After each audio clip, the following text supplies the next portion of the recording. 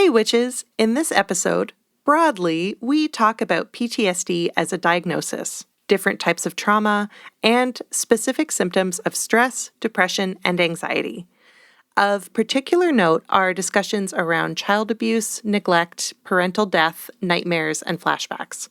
We also mention rape and eating disorders, as well as physical and emotional abuse. Please take care of yourselves and skip this episode if that's what you need.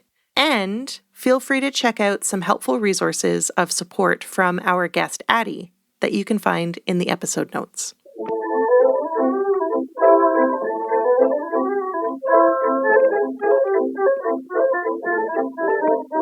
Hello and welcome to Witch Please, a fortnightly podcast about the Harry Potter world. I'm Hannah McGregor. And I'm Marcel Cosman. And Hannah, can you tell me about t-shirts? I just have a hankering to hear about t-shirts. Just in general, or? Like, what are your thoughts on, Witch Please t-shirts? Yeah, wow, what a great question, Marcel. So, the reason I wrote that incredibly effective line into the script is it's what I want to talk about in the sorting chat. And that is that I made us a new merch store. Ooh, tell me about it. So I got an email from somebody at TeePublic, and TeePublic is doing this thing where they reach out to podcasts and work with them to build their own specific shops. And I was like, that sounds fun. Let's do it. How appropriate. So I've taken down our Redbubble shop, which was the completely unadvertised place where we used to sell our 3 t-shirt designs. Nice. And I've moved those 3 t-shirt designs over to TeePublic so you can get them there now. And you can also get them on mugs and stickers and other things. But also you can curate other cool designs that are on TeePublic. So I put other people's designs at our shop. We get a cut. We get a cut. So we support other people's work and we are financially compensated for that? Yeah. I love that. That's awesome. It's great. And also they have their own design team who is currently working on some additional designs for us. Whoa. And so I have asked them to make us a Marginalia shirt and a Blast-Ended Scroots Are Queer Culture shirt. Oh my God. This is incredible. I am speechless with excitement about Marginalia in particular. I know, right? We're going to see. We'll see how the design is when it comes through, but I'm just really excited. Anyway, the URL is long and has numbers in it.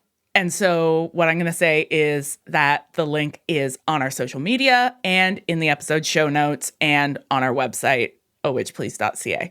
So you can find it all over the place. Go check it out and bookmark it and check it regularly so that you can see whenever I put a new design on there. Let's move on.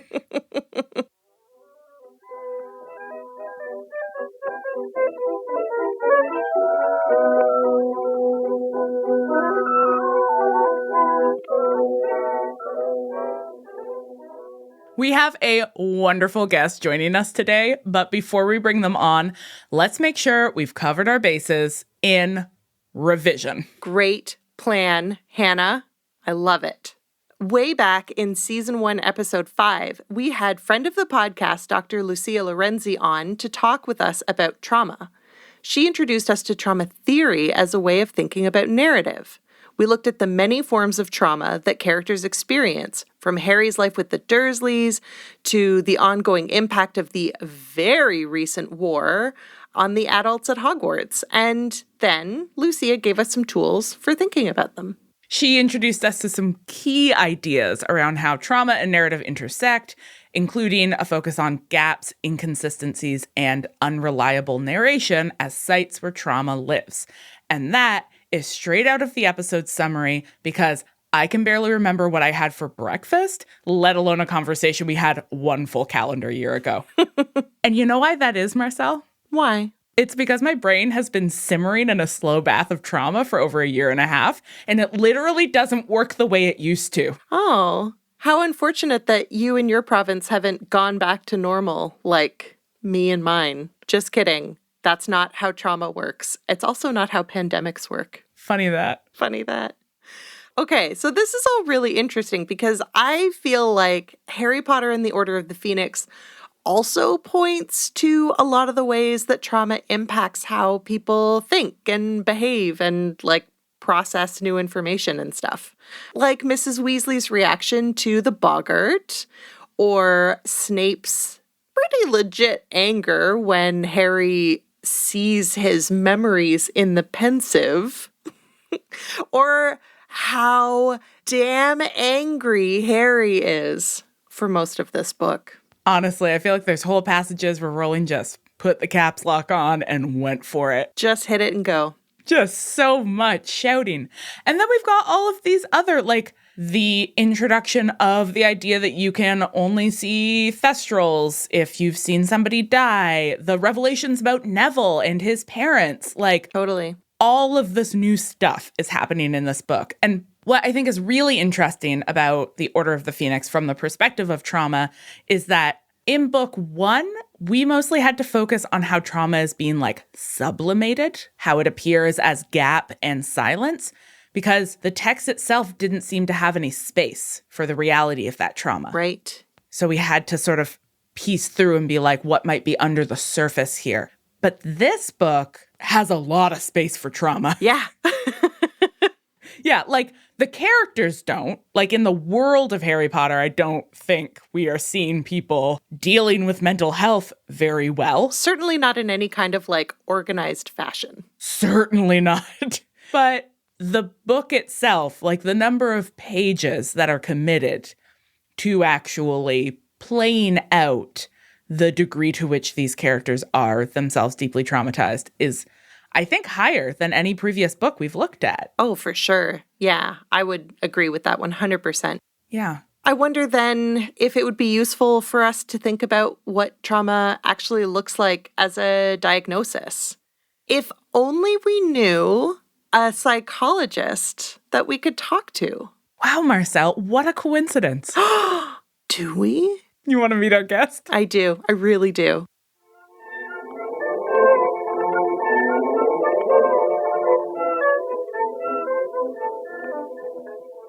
Everyone better be on their best behavior because today we have a guest teacher for Transfiguration class. Yay! Dr. Addie Merians, pronouns she, her, hers, is a postdoc in PTSD. She has her PhD in counseling psychology from the University of Minnesota, and her research focuses on trauma, PTSD, and resilience, especially when thinking about systemic oppression. And she is, naturally, a Ravenclaw. Welcome, Addie. Hi, it's really exciting to be here. Thank you so much for joining us. I am so excited to learn about this because it is truly an area about which I know nothing. Well, thank you for letting me tweet at you and slide into your DMs about it. Okay, so we're thinking in this episode about reading the way characters are behaving as symptomatic of PTSD, as a sort of sign of the fact that they are dealing with trauma. And I wonder if maybe we could just start off with like a history of how people in your discipline, like folks in psychology, have thought about what PTSD is. One of the things that I think is going to be a little interesting talking about this from a psychology perspective versus like English literature, humanities-esque perspective is sort of the different ways theory works in psychology. We both got so excited. Ooh, a meta conversation about the use of theory in various disciplines. Well, because even talking about diagnoses means we're sort of already working within a theoretical framework of a more medicalized model. And then on top of that, you're going to have the various theories of like what PTSD is and how to treat it. So it might feel a little different than how y'all usually talk about theory. Can I ask a quick question? Yes. So does that mean that a diagnosis is theoretical?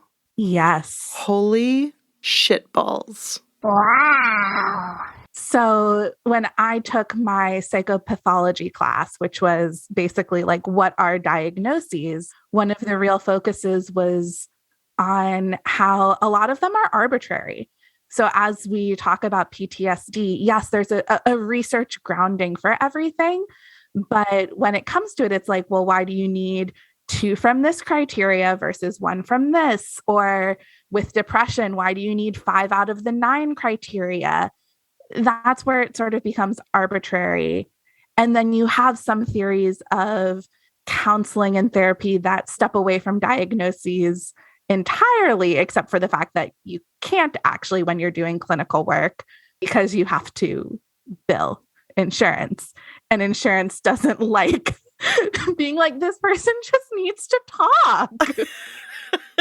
You're writing this like long thesis about the arbitrary nature of diagnosis and how the medicalized model fundamentally alienates us from the actual work of talking to people. And they're like, no, you need to check a box. Yes. And then you have differences between how research will look at things. So like the way you do diagnosis in a clinical work. So I do clinical work and research. The way you do diagnoses in clinical settings is often very different from how you do it in research, and how you do it in research is different depending on the kind of research you're doing. Basically, the example and metaphor, or more example than metaphor, but I have friends who study organic chemistry, and everything they study is physically there. If they wanted to, they could touch it. Like they shouldn't because it's like highly carcinogenic, but like they could. With most psychological research, you can't touch what you're studying. You're studying ideas. And so everything comes down to how you measure it, and how you measure it is how you think about it. This is so cool because it sounds so similar to what like we do in the humanities. Like we are also just studying ideas, but in a fundamentally different disciplinary way.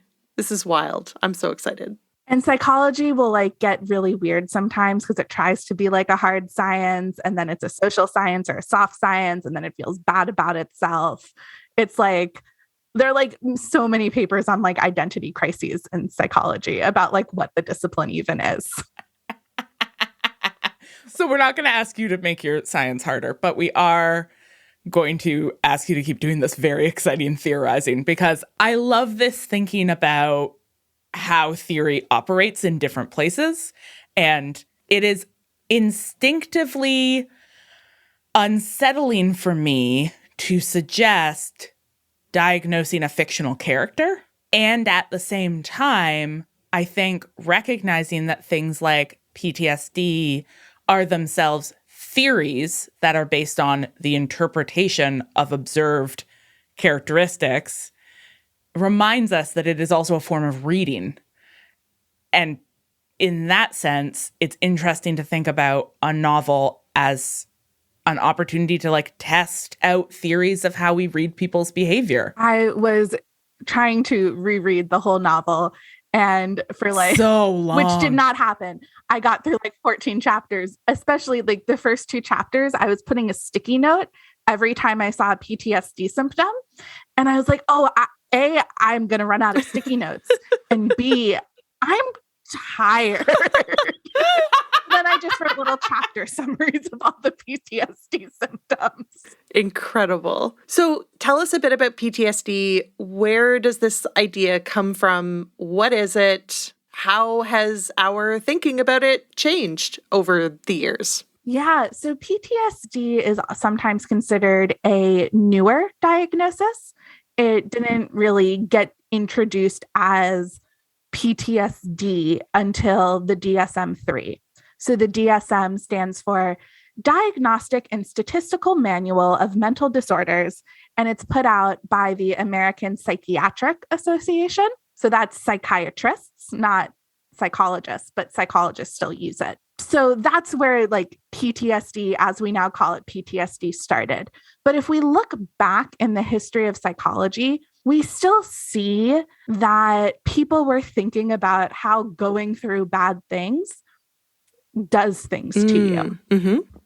And furthermore, we can see evidence of people thinking about this in literature, in sort of culture. But really, in psychology and psychiatry, we start seeing this as people were thinking about soldiers. So World War I, you have shell shock.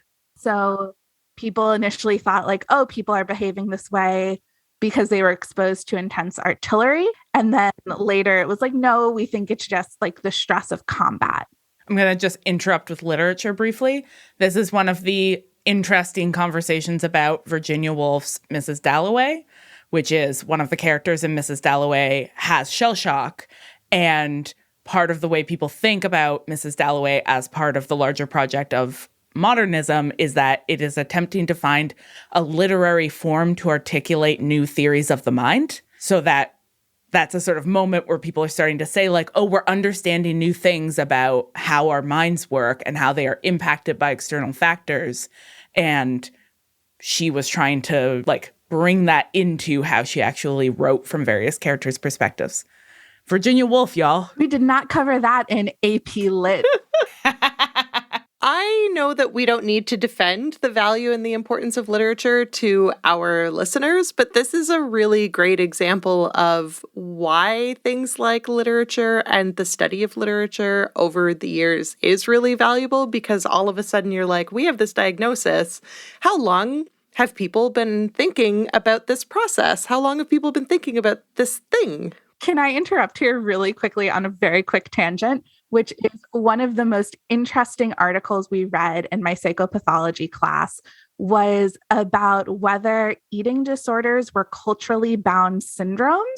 And it, through literature and history accounts, it was able to trace anorexia nervosa and bulimia nervosa to determine that anorexia exists across cultures, whereas bulimia does not. And like looking at accounts of how like young girls in like in medieval times would like sort of compulsively starve themselves, and drawing on accounts of saints. So like, yes, in psychology, we like deeply think about literature and history and culture as how we inform our diagnoses. It's such a cool article. Wow. Amazing. I love this. Incredible. Okay, let's keep going. We've only made it to World War I. Oh my God. So what's really interesting about PTSD is that the diagnostic history is basically driven by the experiences of soldiers and wars. And I want us to put a pin in that, because when we start looking at treatment, we're going to see something different. But so you have World War I, and then there's this history of, there's a brief period of peace. And so interest in shell shock fades. And then you have World War II, which was traumatic for a whole lot of people. And so you see these developments of ideas of things like traumatic war neurosis, combat fatigue, battle stress, and gross stress reaction, which were a bunch of different names for the same syndrome, which was characterized by anxiety, intense autonomic arousal. So just like your body's doing a whole lot of things. When psychology says arousal, it means activation. It's not like a sexy thing. Reliving and sensitivity to stimuli reminiscent of the original trauma. And I should say a lot of what I'm talking about right now in the history of PTSD comes from a great article by N.C. Andreasen called Post-Traumatic Stress Disorder, A History and Critique. Always cite your sources. Always. So you get this resurgence of interest in like stress reactions after World War II, thinking about the soldiers who fought in World War II. And also there was a really strong interest in what was going on for Holocaust survivors. So because of the treatment needs escalating after World War I, the first DSM is introduced in 1952.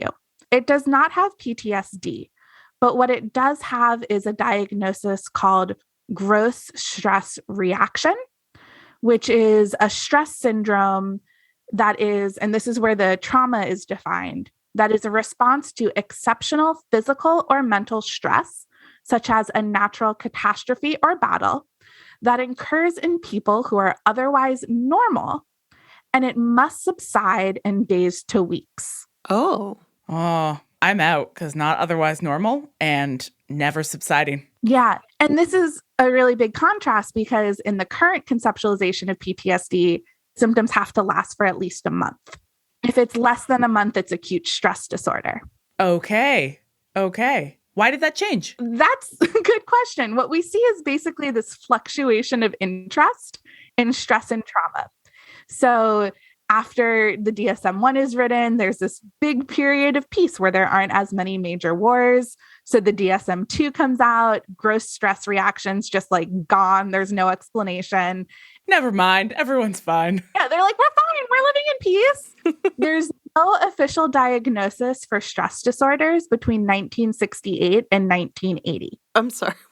It's a period of 12 years where like people who have what we would now call PTSD were just like showing up in doctors' offices and they were like, I don't know, take some Valium. Right. But you could be diagnosed for being gay. So like a lot of issues to really grapple with in psychology around what. Addie, what if I'm both? Like, I don't know. Okay, so I think this brings us up to the moment in history that I am familiar with because I always associated PTSD as a diagnosis with the Vietnam War. And you're right. Oh, say it again. You are right. So Gold star for Hannah. with the DSM-3, it's right when the Vietnam War has refocused attention on post-combat stress disorders. And like many things in psychology, this is thanks to activists. So activists did a lot of work to bring attention and notice to the fact that it's bad that there's an inequity created when you send men, because this was a draft, so cis men were the ones being drafted, and there are trans people in there, but for the military thought it was recruiting cis men off to war, and then you're not recognizing the psychiatric consequences or the need to provide treatment. So in the DSM-3, PTSD is introduced. It is categorized as an anxiety disorder. And as part of thinking about how to create the diagnosis, psychologists thought about three different things. So what is the stressor? What is the stressed? And what are the symptoms? So basically, what is the thing that is bad enough to be considered trauma? Who are the people who are being stressed by that?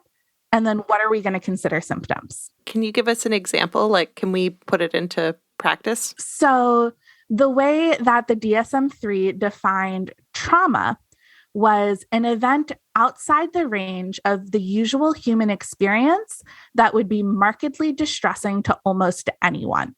Sorry, this is so interesting, right? This like idea that there is something called a normal human reaction. There is something called a normal range of human experience.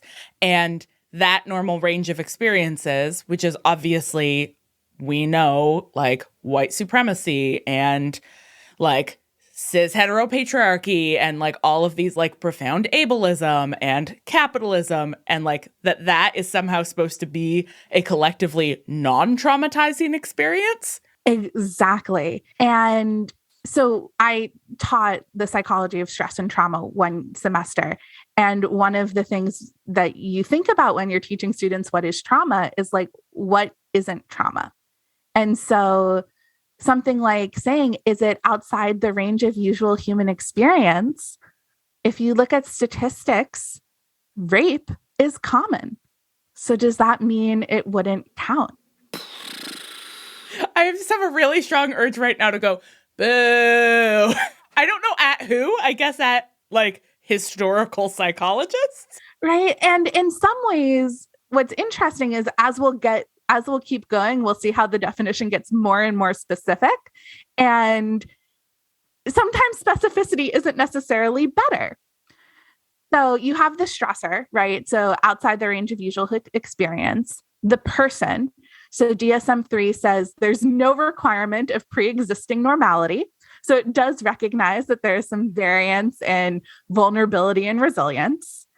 And then in terms of the symptoms, it gives 3 categories: re-experiencing, so sort of replaying, thinking, intrusive memories about the trauma. What people call flashbacks, would that be that kind of thing? So yes, that is one example of re-experiencing. It's a pretty rare symptom compared to how it's portrayed in media in terms of what you actually see. The numbing of your emotional responses is another category. And then cognitive and autonomic symptoms. So the ways you're thinking and the ways your body is reacting.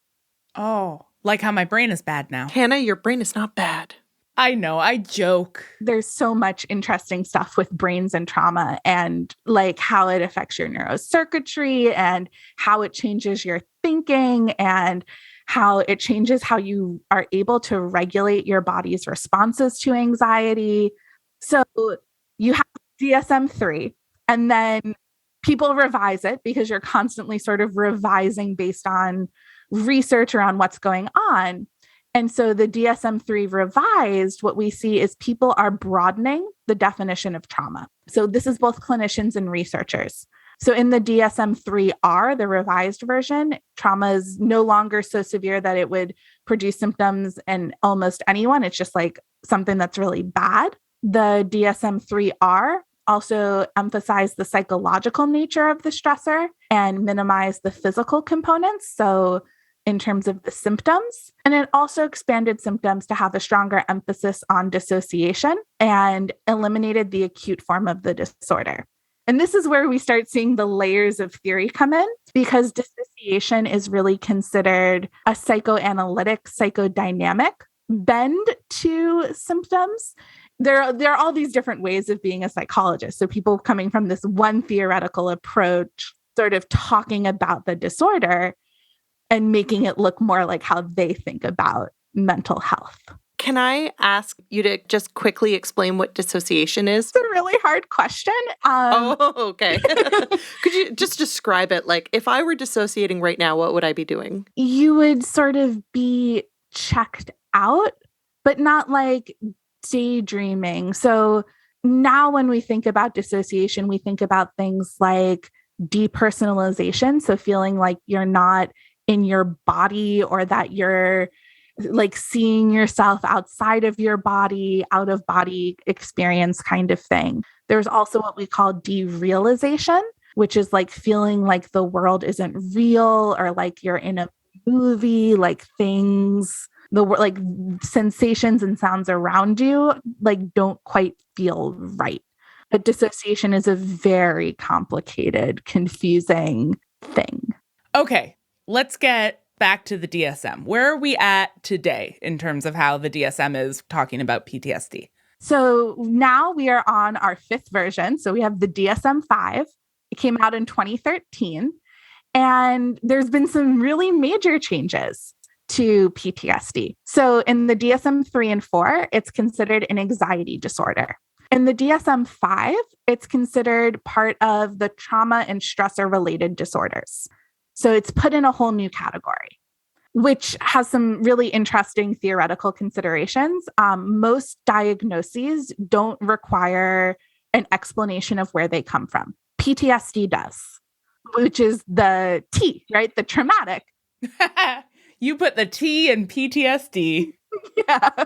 What the DSM-5 does is it broadens what can be considered traumatic exposure. So the DSM-5 says trauma is defined as exposure to death, threatened death, actual or threatened serious injury, or actual or threatened sexual violence by direct exposure, witnessing in person, indirect exposure.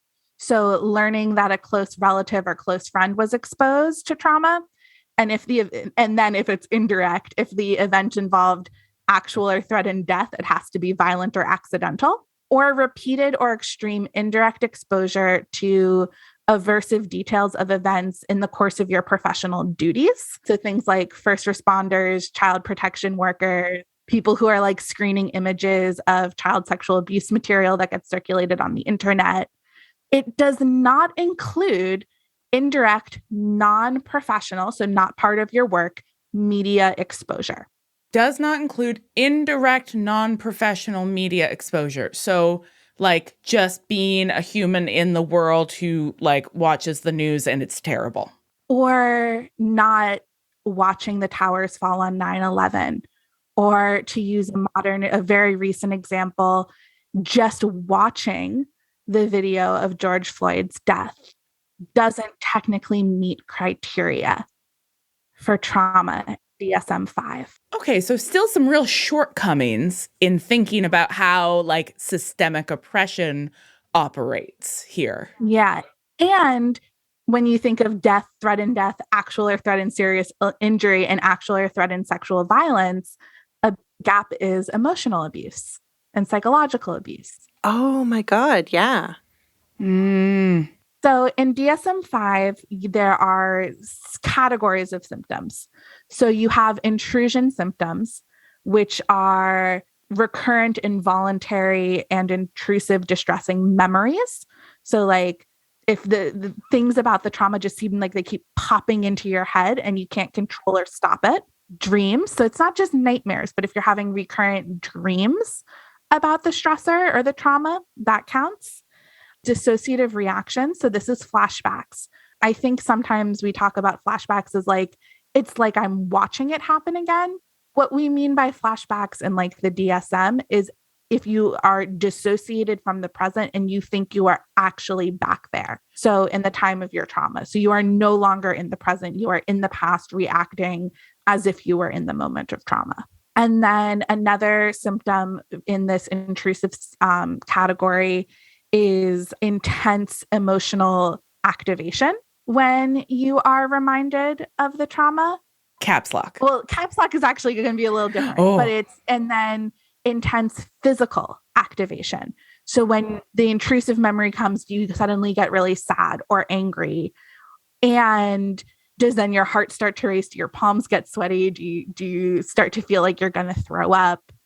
So then there's also avoidance as a criteria. So for the intrusions, you have to have one of the symptoms. For avoidance, you have to have one of these, which is either avoiding internal reminders, so trying not to think or feel in ways that remind you of the trauma, or external reminders, so avoiding people, places, things, anything that could pull the trauma out for you. Then we have the negative alterations in cognition and mood. So these are things like not being able to remember all the details of the trauma, persistent or exaggerated negative beliefs or expectations about yourself, others, or the world. Whoa. Like, I am bad. The world is entirely dangerous. No one can be trusted. Distorted cognitions about the cause or consequences of the trauma. So this is really where we get into self-blame. Often people will really blame themselves for things that are not their fault.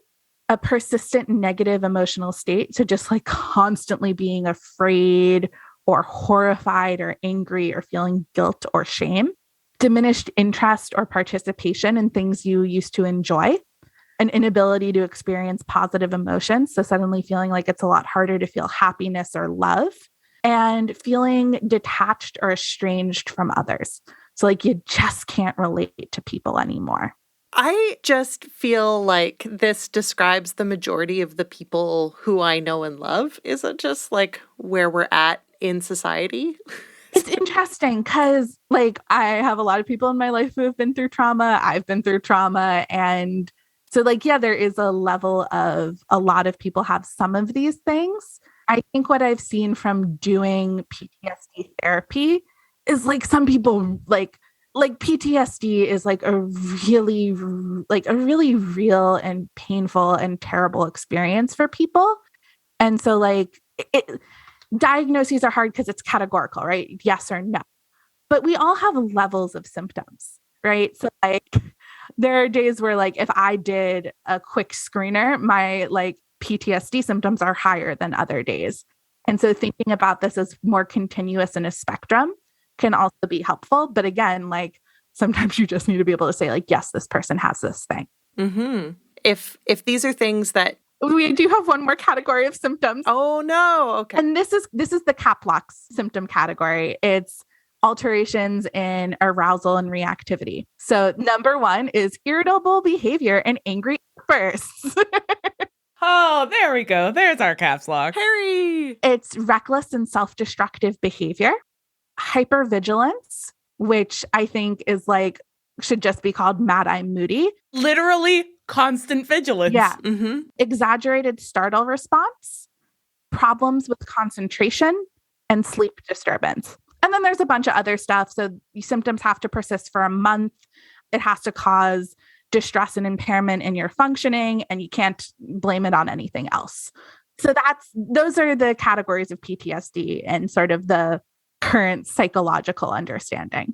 So what I'm hearing you describe, Addie, like a lot of these things we might recognize in ourselves and in our loved ones, in our close friends and family members, but we can think about these as like a broad range of responses and experiences, but PTSD is like a super concentrated pool of these experiences or responses. Yeah. So you would need at least one intrusion, at least one avoidance, one negative alteration, or 2 negative alterations in cognition and mood, and 2 of the alterations in arousal and reactivity.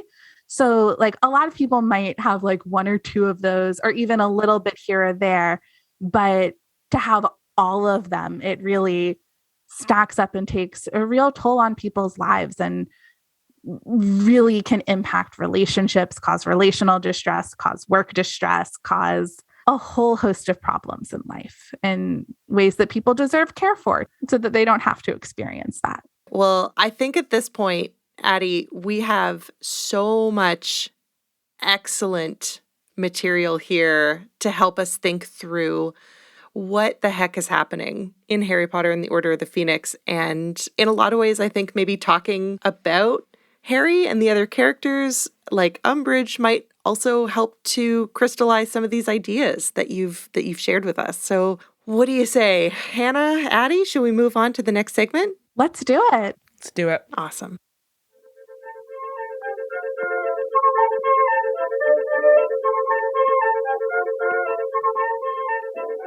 Now that we've got a better understanding of PTSD and how it manifests, let's put this new perspective to work in owls.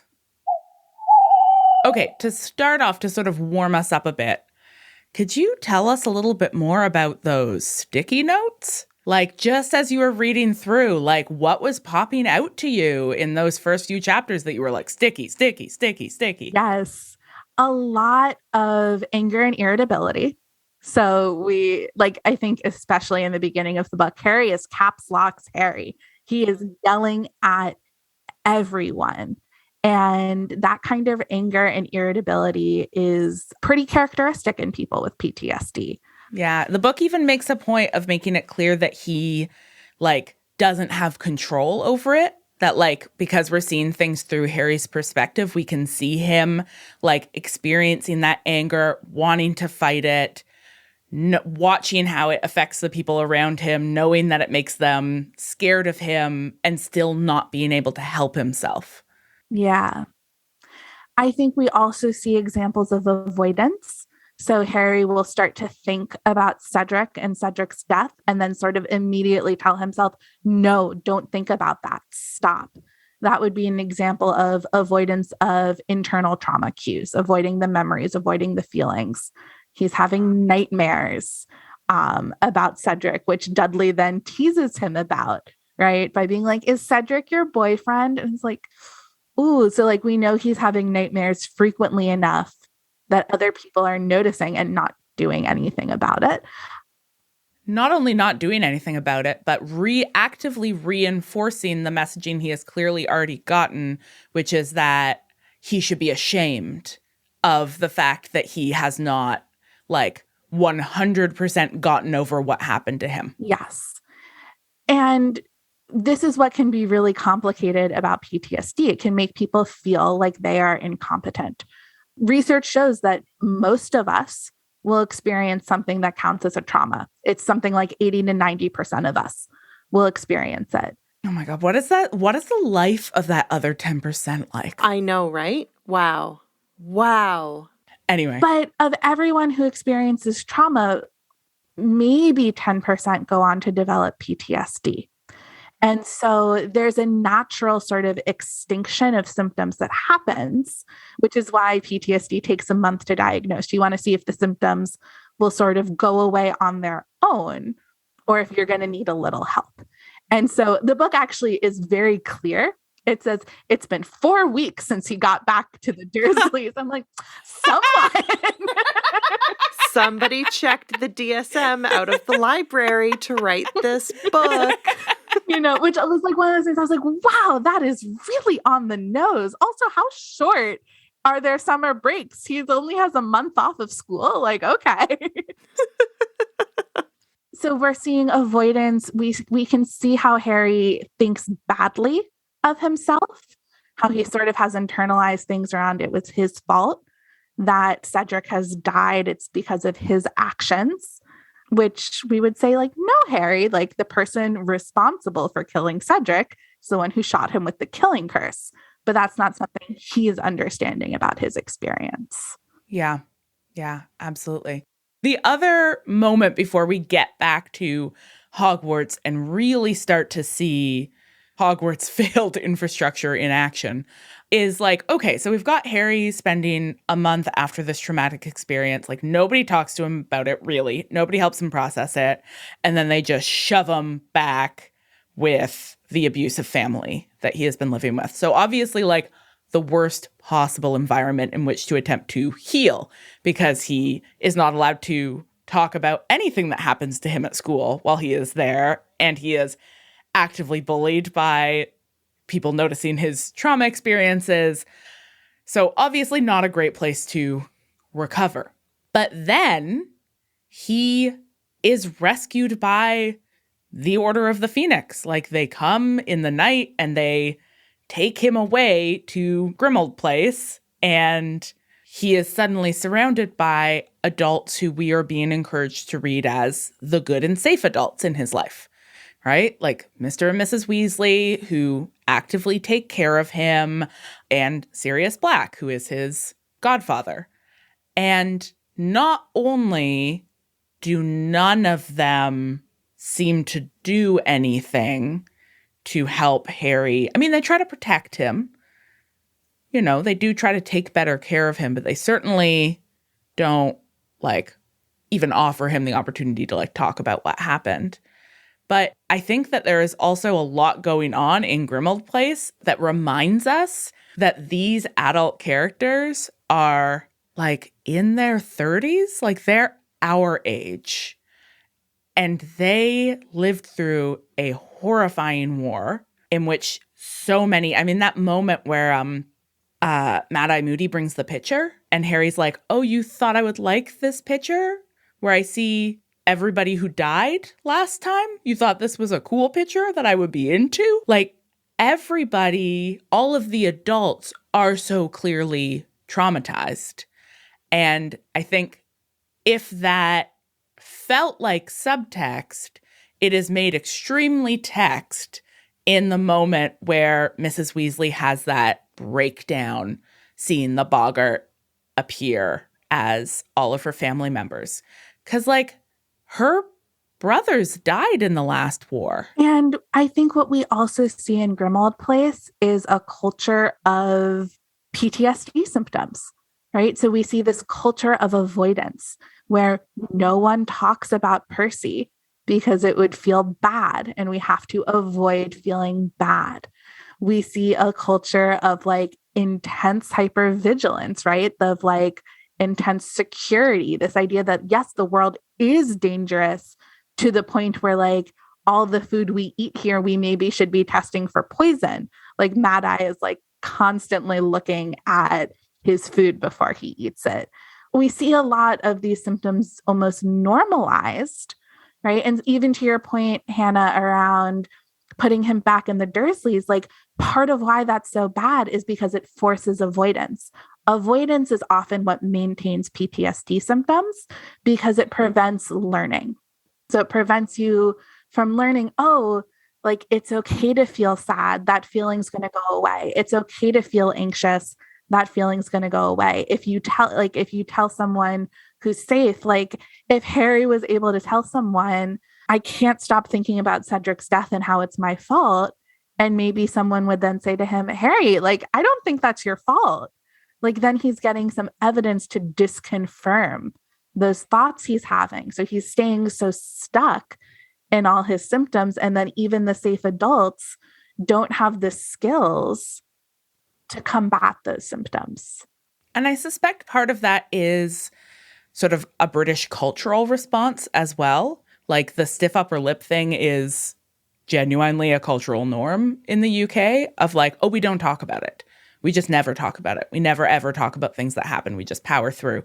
And we see that in Molly, that she's like breaking down and she keeps saying that she's just being silly.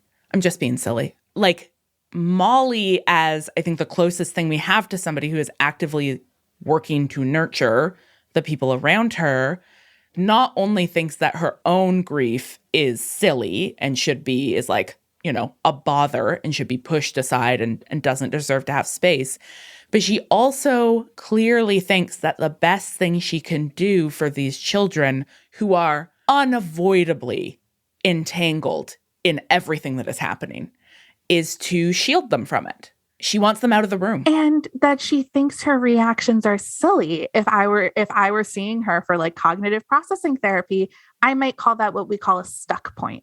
Like you think that your symptoms are silly. What does that mean you then think about yourself? And how do those beliefs about the self maintain your own symptoms? I might want to work with her on like, what would it mean to recognize that this is a valid response to what you've been through? And what can you tell yourself so you're not making yourself then feel bad for having a reaction to terrible things? And what is she teaching the children around her when that's how they see her responding to herself? Like it certainly says crying's not okay. No crying allowed. And then also like the layers of gendered expectations, which like comes up so often when you talk about symptoms in therapy, where it's like, oh, I shouldn't feel this way. Like other people need me more. So like my own needs don't matter, which is very much something that people who are like socialized as women experience. And it's like, okay, like what would it mean then for you to take time and care about yourself? Whew. Okay, well, Addie, talk to us about Umbridge, because you raised some really, really interesting points about how she functions in the text. Umbridge reminds me of someone who learned therapy language and then uses it to be abusive. People do that.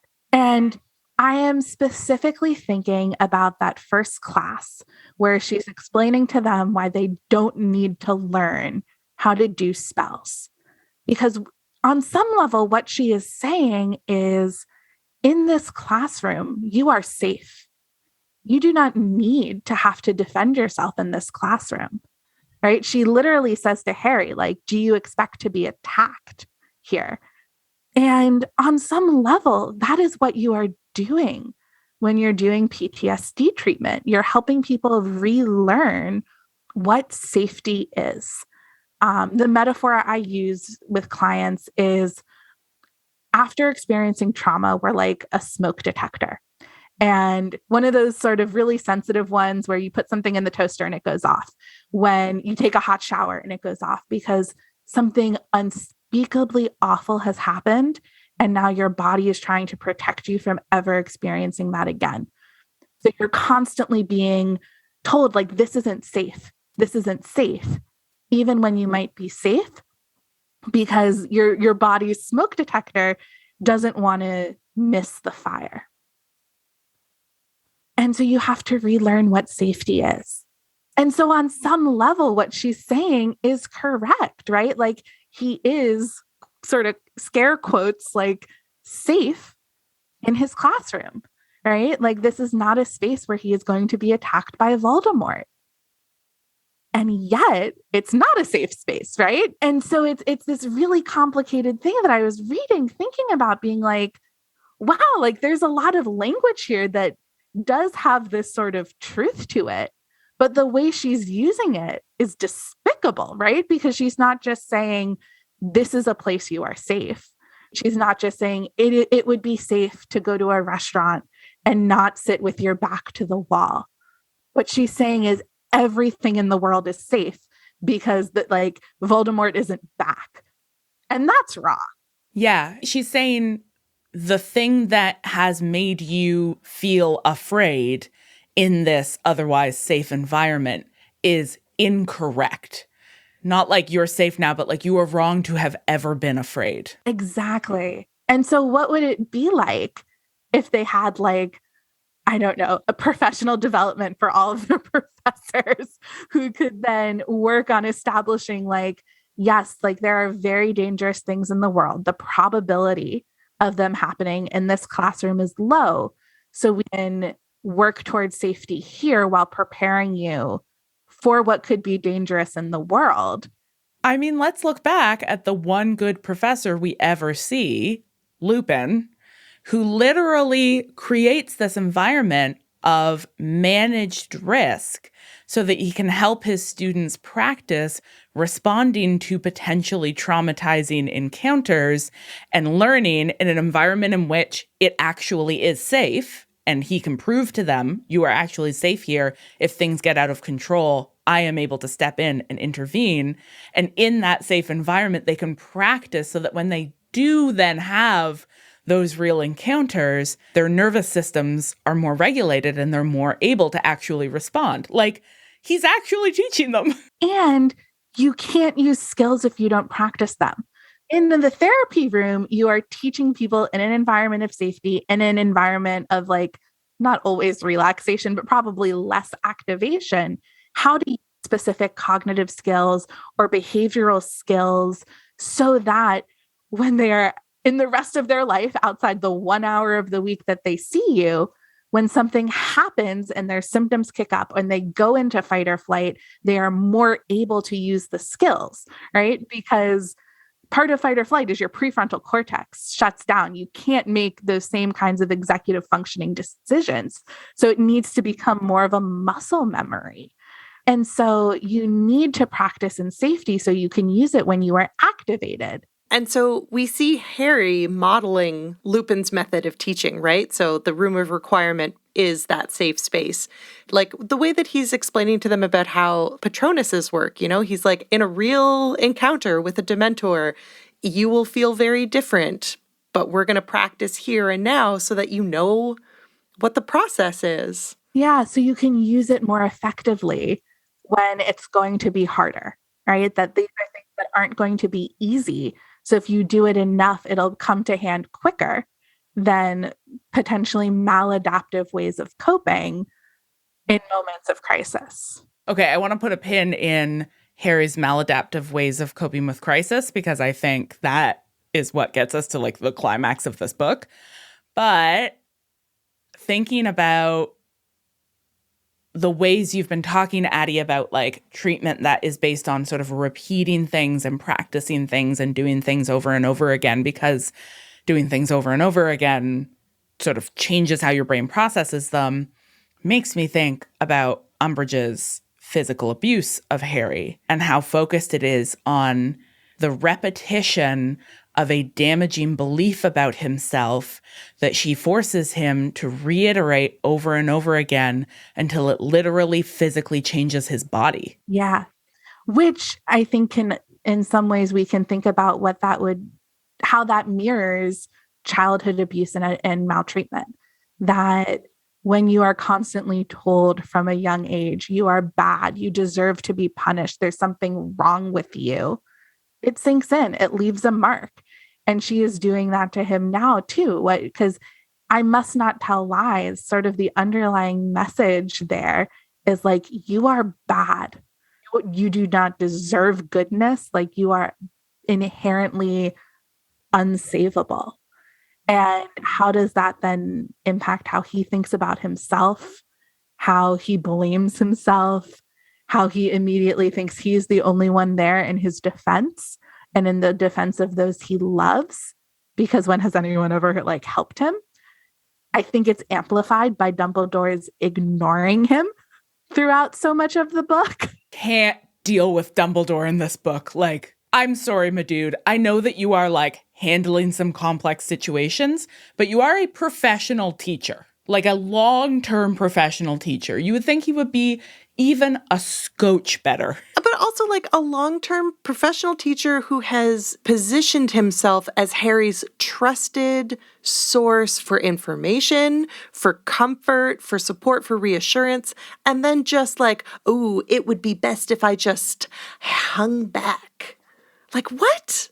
And someone Harry would probably have listened to if Dumbledore had said, it wasn't your fault. I was thinking like earlier today, like if I were to work on Harry's belief that this was his fault, like what are the questions I would ask him? And it would be like, Harry'd be like, it's my fault Cedric died. Oh, so you killed him? No, but I told him to touch the cup with me. So you intended he was going to die when he touched the cup? Well, no. And like sort of working through that idea of like, so who's the one who's ultimately responsible? It's Voldemort. You never meant anything bad to happen. You didn't know at the time that the cup was a port key. Like, how do you have any blame here? How could you possibly have known? It's an absurd plot full of holes. Yes. And like, I think he could have listened if Dumbledore had said that to him, right? Like, I don't think he would listen to many people. But even thinking about the end of book 5, right, where like Dumbledore sort of gives him this info dump about like why he was doing these things and sort of is like, it's not your fault that Sirius dies. Like, that's what Harry needed about Cedric. Like, this isn't your fault. You did not intend for Sirius to die when you went to the Ministry. You, with the information you had at the time, you were making the best choices you had. Oh, I'm going to make myself emotional. But like, that's something so many clients need to hear, that in the moment you did everything right, that like you kept yourself alive and you are here today. And that's not something people get to hear often. They hear, it was your fault. You shouldn't have done that. You made a bad choice. Or because of what happened afterwards, they go, I should have known that. Harry goes, I should have known it was Voldemort putting this idea in my mind. How could you have known, Harry? Yeah. As we are talking, I am thinking about another possible way of reading Harry's lessons with Snape, his occlumency lessons, because I think there's one way of reading sort of Voldemort's presence in Harry's mind as a kind of like invasive thinking that is obviously damaging him, and that we could think of occlumency as basically being Dumbledore like sending Harry to a therapist, being like, you're having invasive thoughts, they are bad and dangerous. I know somebody who specializes in that. He can help you get rid of them via practice. And so he goes to therapy with Snape. Which, if we read it that way, is like extra infuriating to me, because the therapeutic alliance, the relationship between the therapist and the client, is one of the best predictors of outcome. That if there is trust, if there is care there, like in research, that is like honestly what does a lot of the work most of the time. And so Dumbledore is knowingly sending him to someone who despises him, who cannot be an adult and treat him with kindness and care, even as he's trying to teach him that. Like, if Snape is his therapist, imagine how damaging it would be to go to a therapist who is like sneering and hating you while you are trying to process your trauma. I mean, we don't have to imagine. The book literally shows us, right? He is sent to this person who is supposed to help him, and that person hates him, and he hates that person, and there's no trust in their relationship. And so he doesn't do the work, stops practicing, and is actively endangered as a result. And like, everybody keeps saying to him, no, Harry, you have to keep going to the lessons. You have to learn this. You have to do this thing. And nobody seems to consider the fact that that is impossible for him to do, because how could he possibly learn how to like do this really hard thing of like keeping these invasive thoughts out when the person who is teaching him hates him? Yes. And I think this is also like, if we were going to think about psychology for a moment, like why it is so important for psychologists to work on understanding systemic oppression. Because if you do not work to be aware of your own biases, your own like internalized negative beliefs about others because of the different axes of identity and social location, you will be a Snape to one of your clients. That's right. Yeah. On that cheerful note.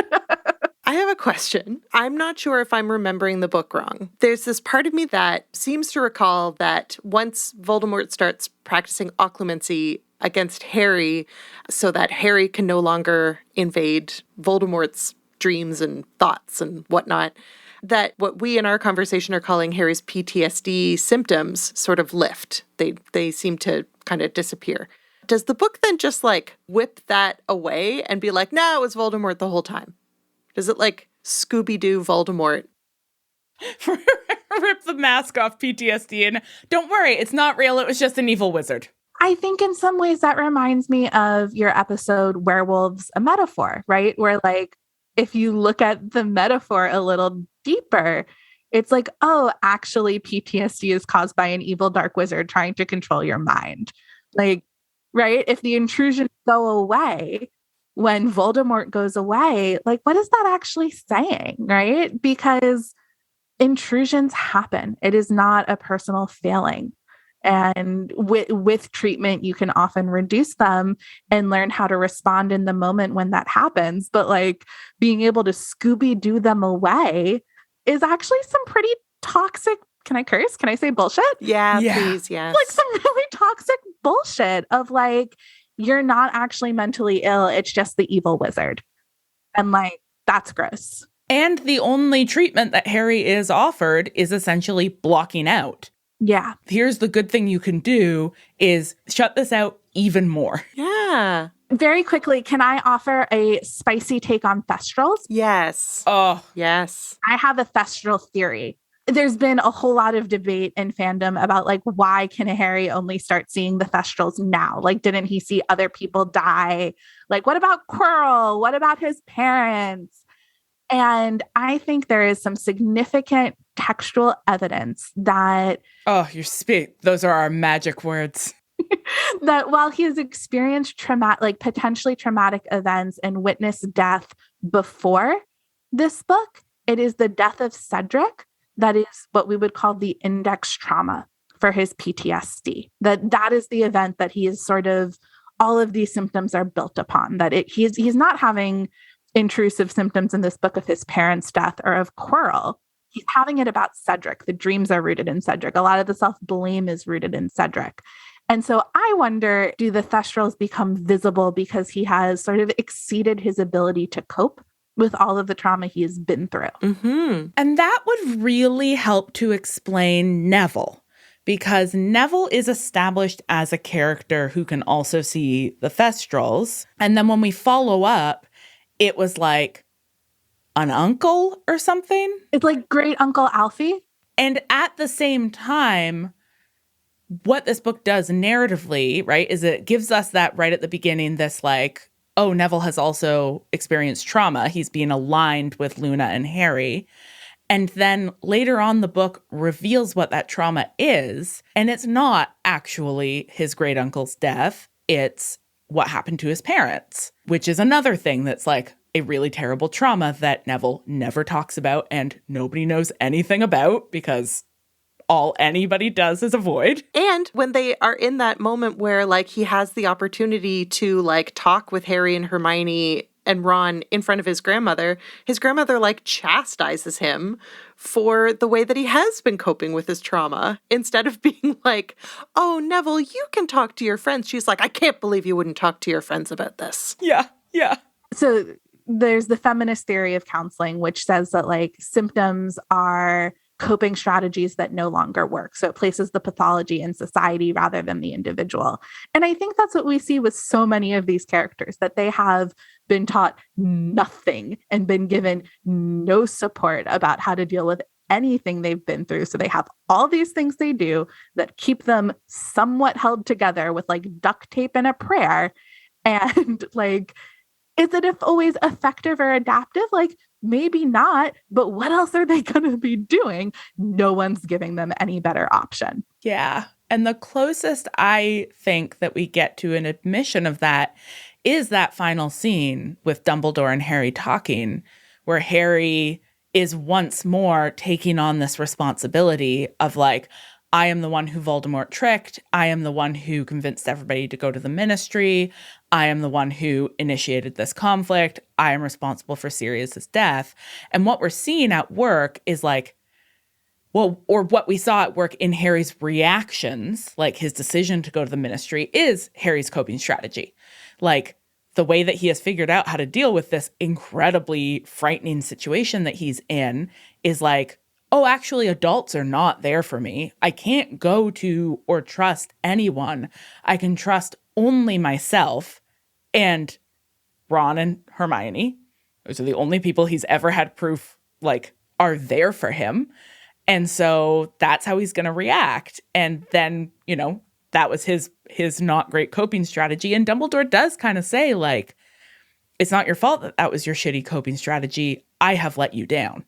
Hearing you say that, the other thing that comes to mind is he's also saying it's not your fault for existing, right? It comes back to, it was Voldemort's choice to pick you, and that it is not actually anything about you.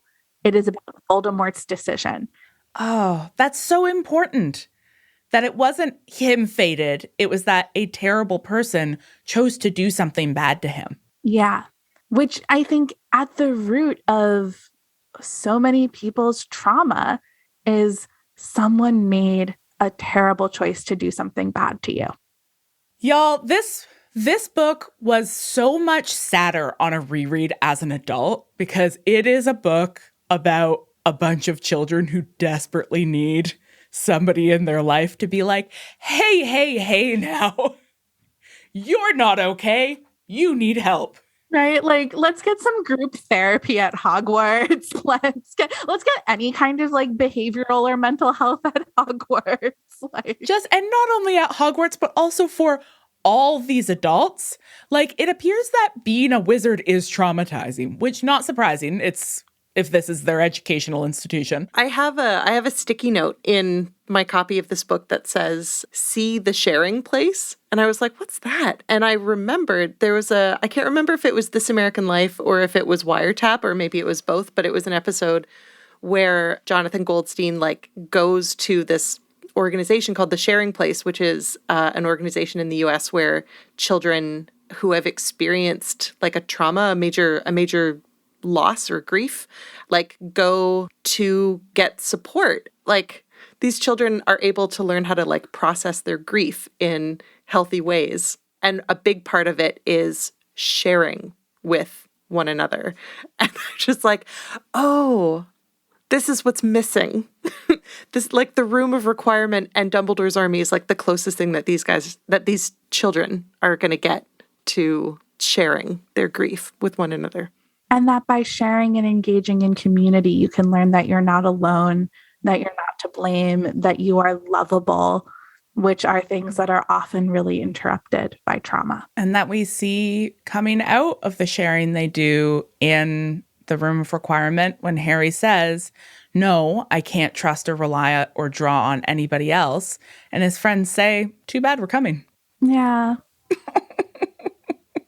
In conclusion, we can think about the power of community to help us cope with the terrible things we've been through.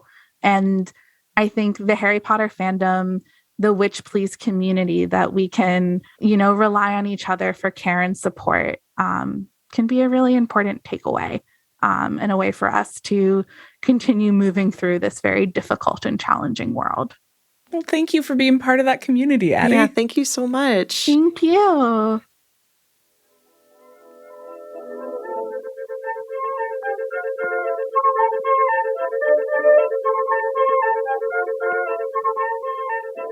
Thank you, witches, for joining us for another episode of Witch Please. You can find the rest of our episodes by heading over to notsorryworks.com or, of course, wherever podcasts are found. If you want to hang out with us more, we're on Twitter and Instagram at @awitchplease, where you can also find the links to our new store. And if you want to follow Addie's extremely professional Twitter, you can do so at ANMERIANS. Was that helpful? Was that a helpful way to read that? When I was learning how to spell my last name, my mom would sing it to Doe-a-deer. So, any way you can do it. MERIANS. That is where you find Addie. Witch Please is produced in partnership with Not Sorry and distributed by Acast. Special thanks to Not Sorry for having us and to our team player of a producer, Hannah Rehak, aka Coach. Thanks, Coach. If you're into the podcast, why don't you let us know by dropping a review on Apple Podcasts?